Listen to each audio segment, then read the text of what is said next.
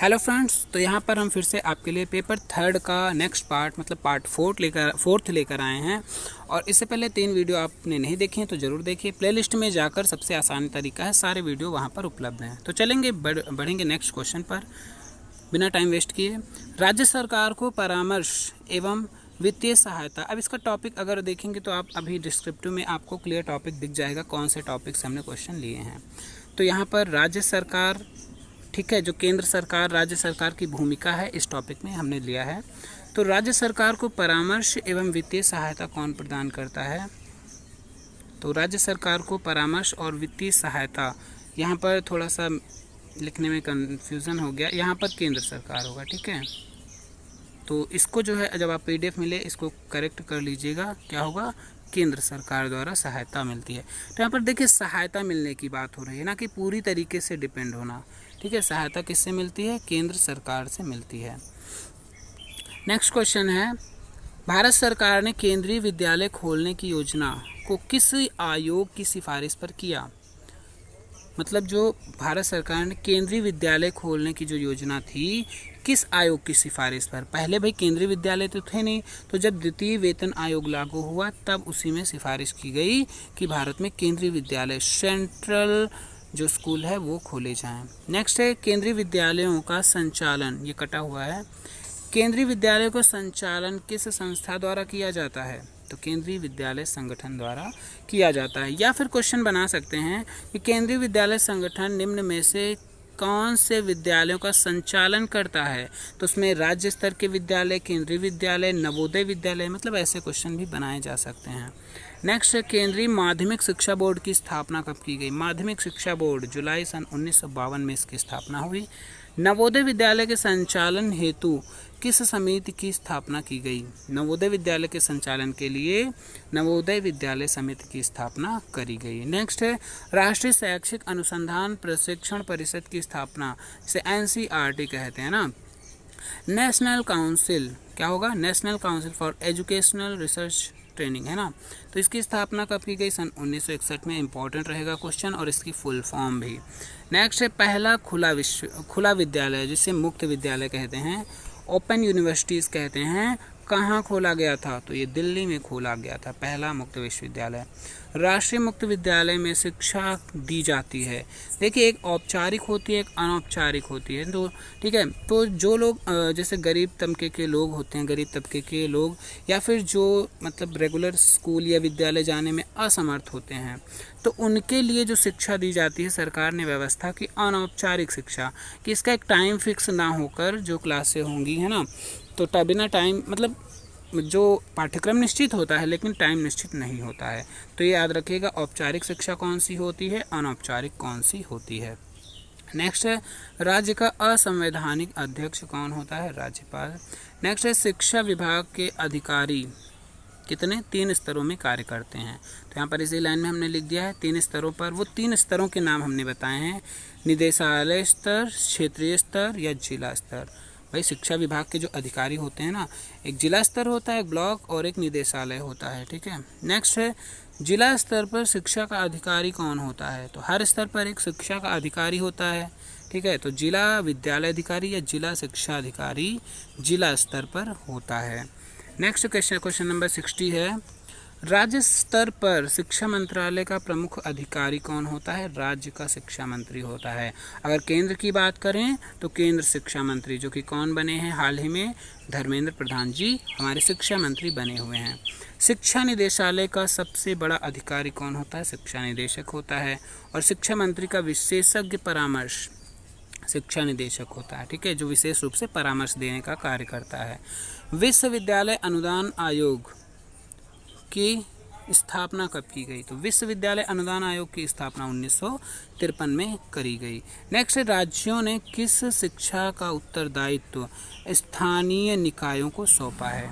किस जो है शिक्षा का उत्तरदायित्व स्थानीय निकायों को सौंपा? प्राथमिक शिक्षा का उत्तरदायित्व स्थानीय निकायों को सौंपा है। तो फुल फॉर्म यहाँ पर देखिए कुछ इंपॉर्टेंट रहेंगे, NCERT, SCERT, तो दोनों का सेम है, बस N और C यहाँ नेशनल है, यहाँ स्टेट है, ठीक है। तो जो काम ये नेशनल लेवल पर करती है एनसीईआरटी, वही काम करती है एससीईआरटी स्टेट लेवल पर। नई शिक्षा नीति 1986 में लागू हुई थी जैसा कि आपको पता है, लेकिन 2020 की शिक्षा नीति आ चुकी है जो भी पूरी तरीके से लागू नहीं है। तो ठीक है, वो 2020 की अभी फ़िलहाल नहीं पूछी जाएगी क्योंकि आपके सिलेबस के अकॉर्डिंग क्वेश्चन यहाँ पर बनेंगे। जिला स्तरीय शिक्षा तथा प्रशिक्षण संस्थान की स्थापना, जिसे डाइट आप लोग कहते हैं, सन 1988 में हुई थी। बढ़ेंगे अब डिस्क्रिप्टिव की तरफ, तो कई लोग क्या होंगे अभी छोड़ के भाग जाएंगे यहाँ पर, फिलहाल वो उनकी मर्जी। लेकिन ये देखिए, फर्स्ट पेपर ऐसा पेपर है जिसे आप डिस्क्रिप्टिव ना भी पढ़ें, ऑप्शनल पढ़ के भी काम चला लेंगे, लेकिन ये सेकंड, थर्ड, फोर्थ ऐसे पेपर हैं जिनके कंसेप्ट समझना बहुत ज़रूरी है, वरना बहुत ही मुश्किल हो जाएगा आपको अच्छे मार्क्स लाने में। पास होने की बात अलग है। तो केंद्रीय एवं राज्य स्तर पर शिक्षा प्रशासन, तो यहाँ पर देखिए हमने टॉपिक आपको पहले ही बताया था, केंद्र और राज्य स्तर पर कैसा शिक्षा का प्रशासन होता है। तो स्वतंत्रता प्राप्ति के बाद सन 1954 में केंद्र में स्थापित शिक्षा विभाग को शिक्षा मंत्रालय में परिवर्तित किया गया था। ठीक है, तो क्वेश्चन हमने इस पे बनाया भी था। अब यहाँ पर कुछ ब्यूरोज़ हैं तो इनको एक बार देख लीजिएगा, वैसे खास इंपॉर्टेंट नहीं रहेंगे। फिर है 26 सितंबर 1985 को मानव संसाधन विकास नामक नवीन मंत्रालय का सृजन किया गया, मोस्ट इम्पॉर्टेंट रहेगा। इसके अंतर्गत विभाग हैं, शिक्षा विभाग, इनको याद कर लीजिएगा। संस्कृति, फिलहाल ये अब उतना इम्पोर्टेंट नहीं रह गया क्योंकि जो है इस विभाग को ख़त्म किया जा चुका है, फिर भी एक नज़र आप लोग देख लीजिएगा। 5 ऑप्शन है इसमें, 5 समितियां हैं या 5 मंत्रालय कह सकते हैं, है ना। तो इसमें से कोई नहीं के रूप में पूछा जा सकता है। नेक्स्ट है संगठनात्मक संरचना, इसमें नीचे देखेंगे शिक्षा विभाग के अंतर्गत महत्वपूर्ण अधीनस्थ कार्यालय हैं। अब देखिए यहाँ पर महत्वपूर्ण जो कार्यालय हैं इनको देख लीजिएगा, शिक्षा के अंतर्गत आते हैं।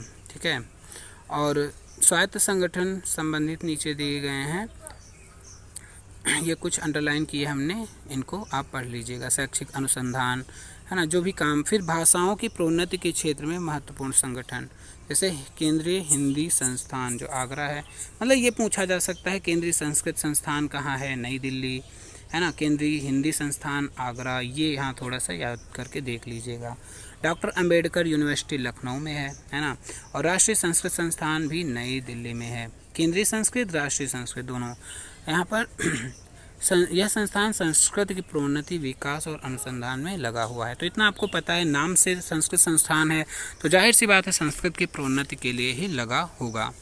चलिए आगे बढ़ते हैं। स्कूल शिक्षा के क्षेत्र में संगठन, तो केंद्रीय विद्यालय संगठन, जैसा कि यहाँ पर सारे संगठन दिए गए हैं, है ना। केंद्र स्तर पर तो इनको मुख्यालय इनके कहाँ पर हैं, और केंद्र स्तर पर हैं तो इनको याद रखिएगा, नवोदय विद्यालय, केंद्रीय विद्यालय, है ना। फिर प्रारंभिक शिक्षा के क्षेत्र में संगठन, बाल भवन सोसाइटी कहाँ पर है, नई दिल्ली में है। फिर आगे है शिक्षा पुस्तक संवर्धन के क्षेत्र में संगठन, राष्ट्रीय पुस्तक न्यास, नई दिल्ली। मानव संसाधन विकास मंत्रालय के शिक्षा विभाग का एक स्वायत्तशासी संगठन है। ठीक है, तो राष्ट्रीय पुस्तक न्यास, तो इसमें से देखिए इतने से ही 8-10 क्वेश्चन इसी जगह से बन सकते थे, जैसे कि यहाँ पर हमने सारे के मुख्यालय बताए, है ना। तो मैं इसलिए देखिए ऐसे क्वेश्चन एक एक पढ़ने में आपको टाइम लगेगा। अब यहाँ पर पूरा कंसेप्ट भी क्लियर हो गया कि आपको कौन कौन से मुख्यालय याद रखने हैं ना। तो ये लगभग सारे नई दिल्ली में हैं जो केंद्र स्तर के हैं। चलिए बढ़ते हैं आगे। नेक्स्ट है केंद्रीय सरकार की भूमिका। ठीक है, इसमें दिया गया केंद्रीय सरकार की भूमिका, तो मामलों में राज्य सरकारों को परामर्श देना और वित्तीय सहायता प्रदान करना केंद्रीय सरकार की भूमिका है। जो राज्य स्तर के कॉलेज हैं उनके, बाकी केंद्र विद्यालय तो उनकी जिम्मेदारी केंद्र की होती है। शैक्षिक एवं व्यावसायिक निर्देशन देना इसकी भूमिका है। और पर्यावरण शिक्षा की में भी केंद्र सरकार की ही भूमिका है। तो पर्यावरण थोड़ा इम्पोर्टेंट रहेगा। केंद्र सरकार ने विद्यालय शिक्षा को पर्यावरण आधार मानने के लिए 1988-89 में एक योजना बनाई थी, जिसमें स्थानीय पर्यावरण तथा शिक्षा कार्यक्रम के भी संश्लेषण किया गया। केंद्रीय विद्यालय द्वितीय वेतन आयोग की सिफारिश पर भारत सरकार ने केंद्रों में विद्यालय खोलने की योजना को कार्यान्वित किया। अब इसमें देखिए यहाँ पर ये जो डाटा दिया गया है इसको आप नेट से सर्च कर याद करें तो ज़्यादा बेटर होगा। ठीक है, क्योंकि प्रेजेंट टाइम में ये चेंज होते रहते हैं ना। तो केंद्रीय विद्यालय संगठन संस्था एक स्वायत्त संस्था द्वारा किया गया। इसकी स्थापना जो है स्वायत्त संस्था द्वारा की गई। केंद्रीय माध्यमिक शिक्षा की बोर्ड की स्थापना देखिए, केंद्रीय माध्यमिक शिक्षा बोर्ड जुलाई 1952 में इसकी स्थापना करी गई। नवोदय विद्यालय इम्पॉर्टेंट है। इसमें क्या होता है, जैसे जो कुछ बालक, यह सर्वमान है, इसमें पढ़िए, इसको समझ लीजिए बस। विशिष्ट प्रतिभा के बच्चों को, अब जैसे क्या होता है, कुछ बालक प्रतिभाशाली होते हैं, आपने पढ़ा होगा, तो जो प्रतिभाशाली बालक भाई वो अच्छे माहौल में भी उनको मिल सकता है, लेकिन कुछ गरीब बच्चे होते हैं उनको अच्छा माहौल नहीं मिल पाता, तो उनका जो विशिष्ट प्रतिभा होती है वो कहीं ना कहीं दबकर रह जाती है। तो उसके लिए सरकार ने ऐसी व्यवस्था की जिसमें बिना किसी आर्थिक चीज़ के आधार पर, या चाहे वो गरीब हो या अमीर हो, बिना भेदभाव के उसमें उनकी प्रतिभा को, विशिष्ट बच्चों की प्रतिभा को निखारने का अवसर मिले, इसलिए उन्होंने ऐसा किया।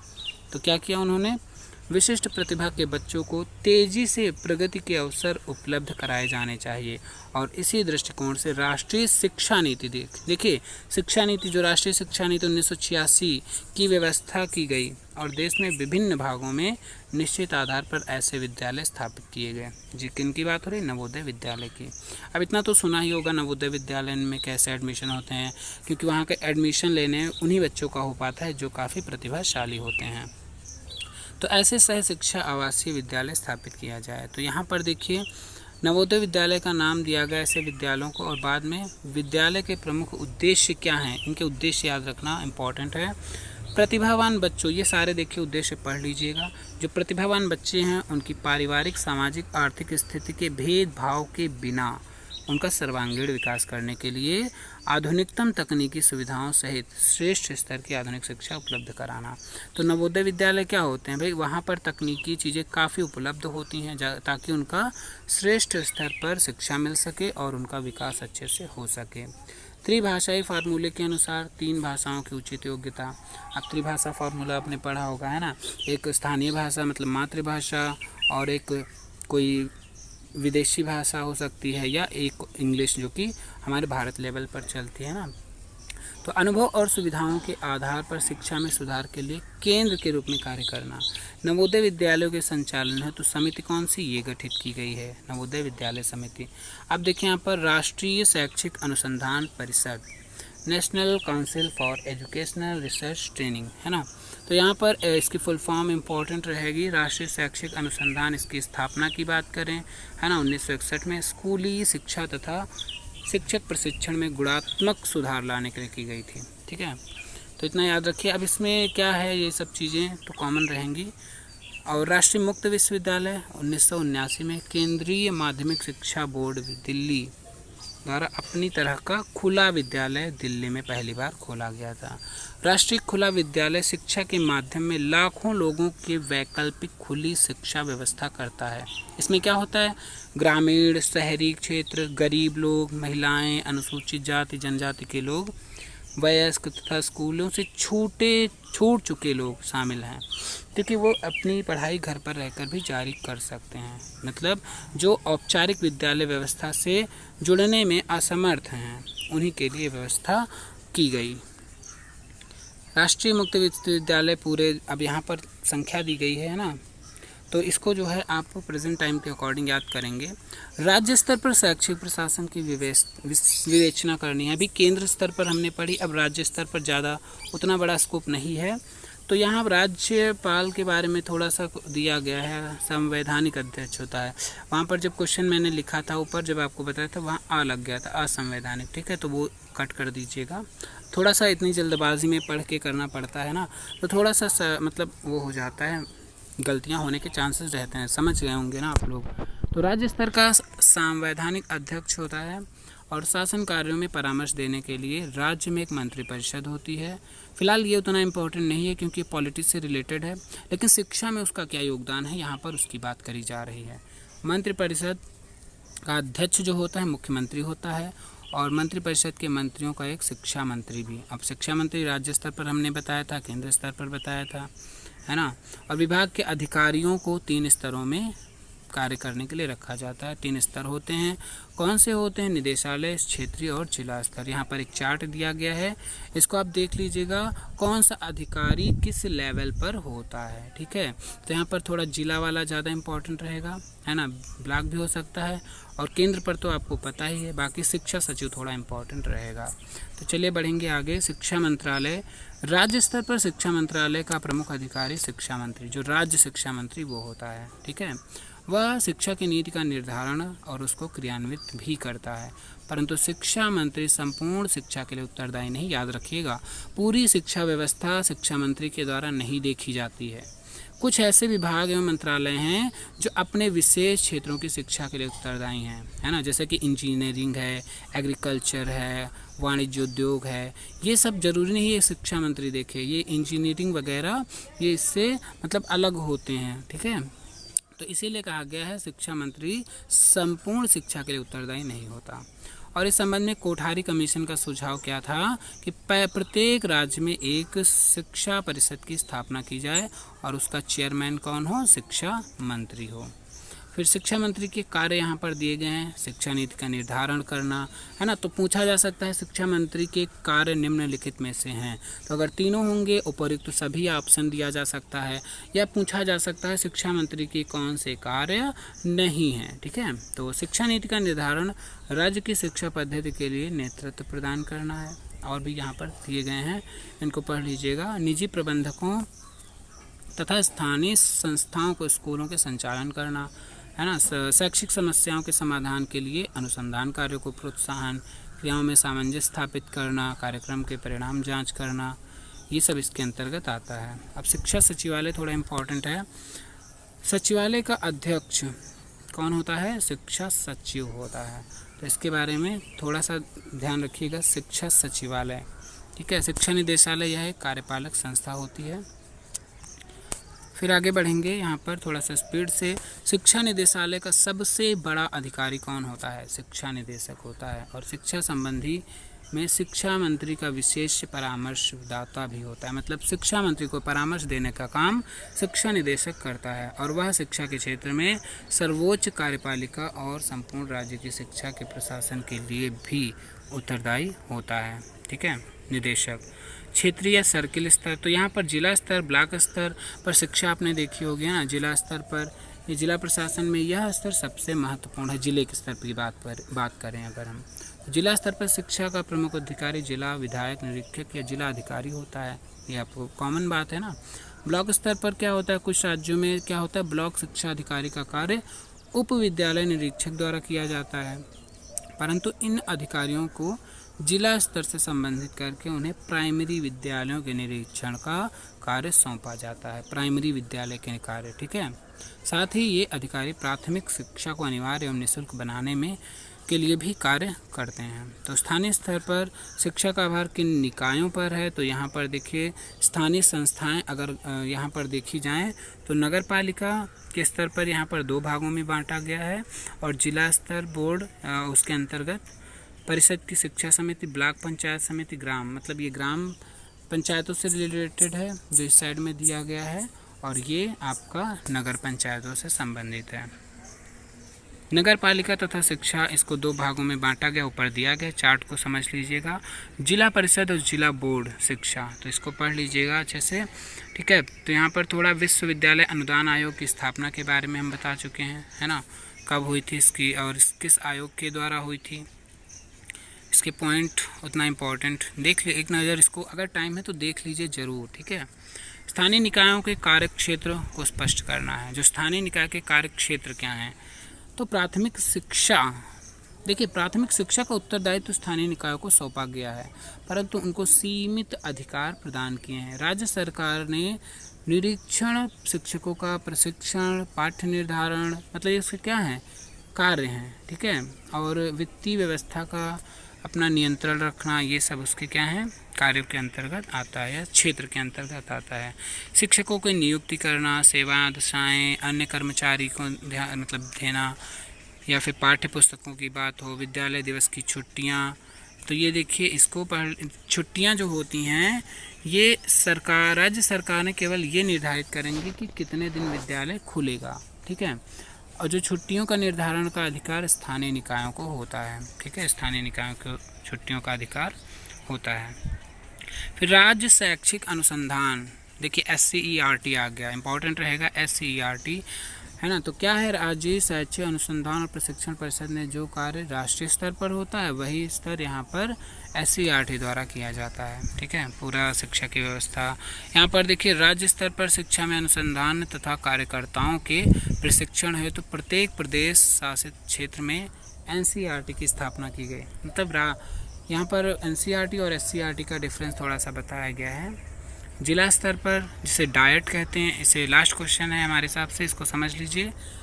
जो शिक्षा नीति 1986 की थी, प्राथमिक शिक्षा की स्तर की शिक्षा के विकास का अनिवार्य प्राथमिक शिक्षा क्रियान्वयन हेतु 1988 में जिला स्तरीय मंडलीय शिक्षा संस्थान की स्थापना करी गई। मतलब डाइट की स्थापना कब करी गई? 1988 ईस्वी में। तो यहाँ पर केंद्रीय शिक्षा सलाहकार बोर्ड थोड़ा सा एक नज़र देख लेंगे। फिलहाल अगले दिन मिलेंगे नेक्स्ट वीडियो में नेक्स्ट क्वेश्चन के साथ। फिलहाल अभी यहाँ तक हम फिनिश करते हैं। अब वीडियो पसंद आया तो लाइक कर दीजिए, शेयर कर दीजिए। धन्यवाद।